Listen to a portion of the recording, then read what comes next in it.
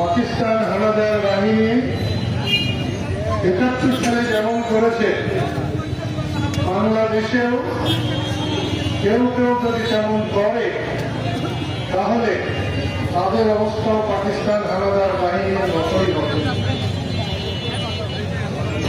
আমার মনে হয় কোন বড় কাজ করার পর এতদিন বেঁচে থাকতে নেই। স্বাধীনতা এসেছে আজকে ৫৪ বছর, ৫৫ বছর। এতদিন বেঁচে না থাকলেও পারতাম। স্বাধীনতার গল্প বঙ্গবন্ধু বলেছে, আমি হত্যা করা হয়েছে, আমি নির্বাসনে কাটিয়েছি, মুক্তিযোদ্ধারা নানা জায়গায় অসম্মানিত হয়েছে, এখনো হচ্ছে। মুক্তিযোদ্ধাদের গলায় জুতার মালা পরানো হচ্ছে। যে বঙ্গবন্ধুকে অনুসরণ করে আমরা মুক্তিযুদ্ধ করেছিলাম, সেই বঙ্গবন্ধুর স্টেশন হওয়া হয়েছে, তার মাথায় পেশাব করা হয়েছে। মুক্তিযোদ্ধা জিয়াউর রহমানকে নিয়ে নানা রকমের কথা বলা হয়। আমি বিএনপি করি না, আমি আওয়ামী লীগ করি না, কিন্তু আমি মুক্তিযুদ্ধ করেছি। আমার নেতা বঙ্গবন্ধু শেখ মুজিবুর রহমান, আমি যতদিন বেঁচে থাকবো বঙ্গবন্ধুকে বুকে লালন করে আমি বেঁচে থাকবো। আজকে আমি এখানে এসেছি শুধু তোমাদের সঙ্গে একাত্মতা জানাতে, শরীর হতে।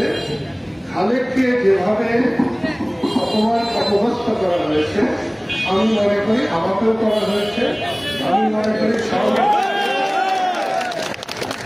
মনে করি বাংলাদেশকে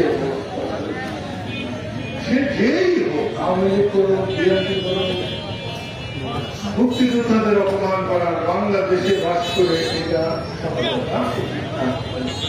আমি সেই জন্য একজন মুক্তিযোদ্ধার সম্মান রক্ষার্থে আমি আজকে তোমাদের সঙ্গে, মুক্তিযোদ্ধাদের সঙ্গে শুধু একাত্মতা ঘোষণা করতে এসেছি।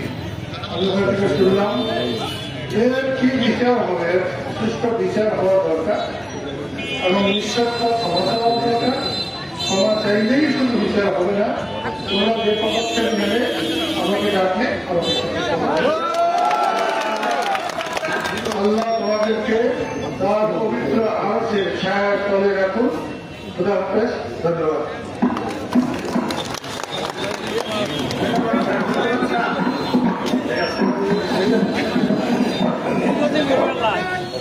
Sí,